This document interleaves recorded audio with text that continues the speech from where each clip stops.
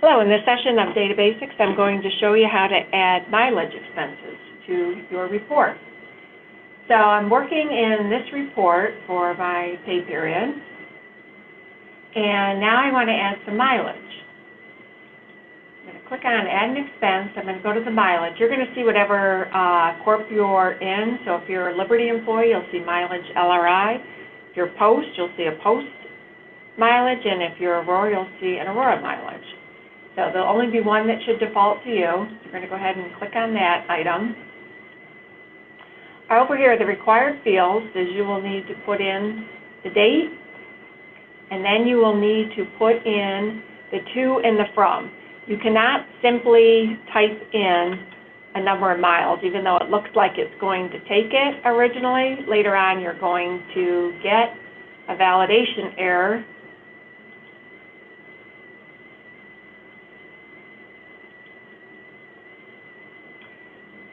because the Google Maps icon was not used.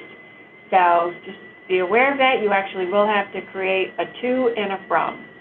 So I'm going to show you how to do that. You're going to click on the Google Maps, and if I don't already have something as a favorite, I can go ahead and I can freeform in the text.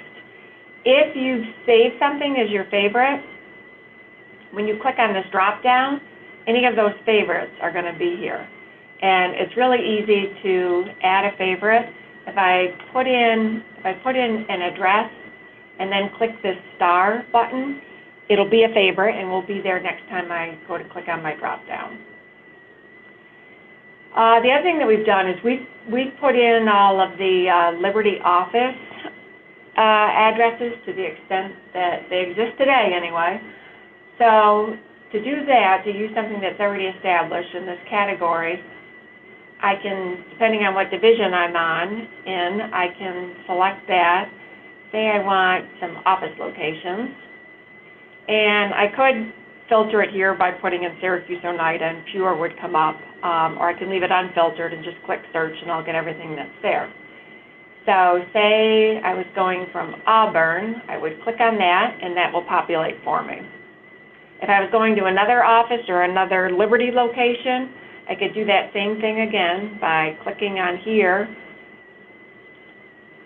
Say I was going to somewhere in Family Services. I'm going over here to Cortland. I can click on that. And then click Get Distance. And my distance from Auburn to Cortland is going to show up here at the 36.5 miles. Round trip, double that. If I click down here, round trip, then I will actually get credit for driving the 73 miles. So after I click round trip, I'm going to copy the distance. And so now I've got the 73 miles at 50 cents a mile. I'm getting the 36. So I simply save that. If I revalidate now, that message went away because now I use my Google Maps. All right, I am going to go back into my expense report and I'm going to show other demonstrations on mileage. So this time, instead of using the ones that have already been populated for you, I am going to just freeform some text.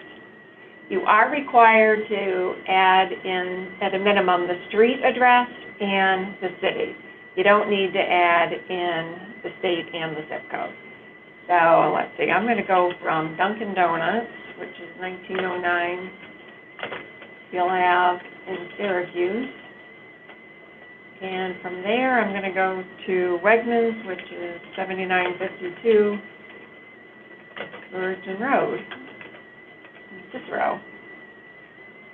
All right, I click on Get Distance, and that's showing me that that is 9.4 miles or round trip 18. So if I've gone round trip, I'm going to click round trip, and then I'm going to copy it to my expense report. So now I have the 18.8 miles at 50 cents a mile. I'm getting credit for $9.40. Okay? I am going to save that and show another example of a mileage.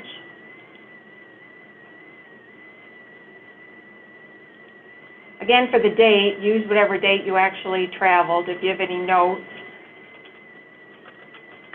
whatever the case is.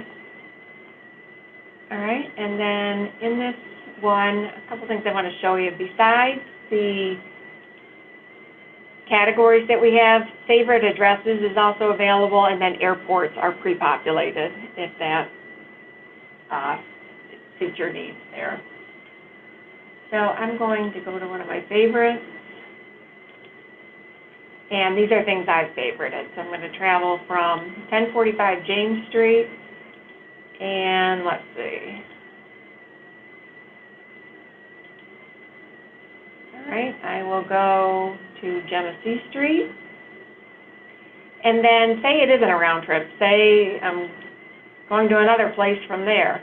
You can go ahead and you can keep selecting this add stop, and you can keep adding locations.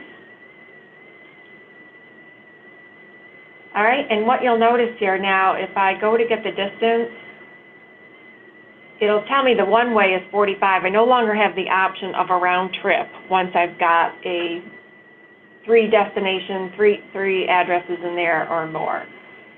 Which makes sense because you're probably not going back the same way. So I'm going to copy the distance, and I have the 45 miles in there at 50 cents a mile. I'm getting credit for the $22.84. I'm going to save that.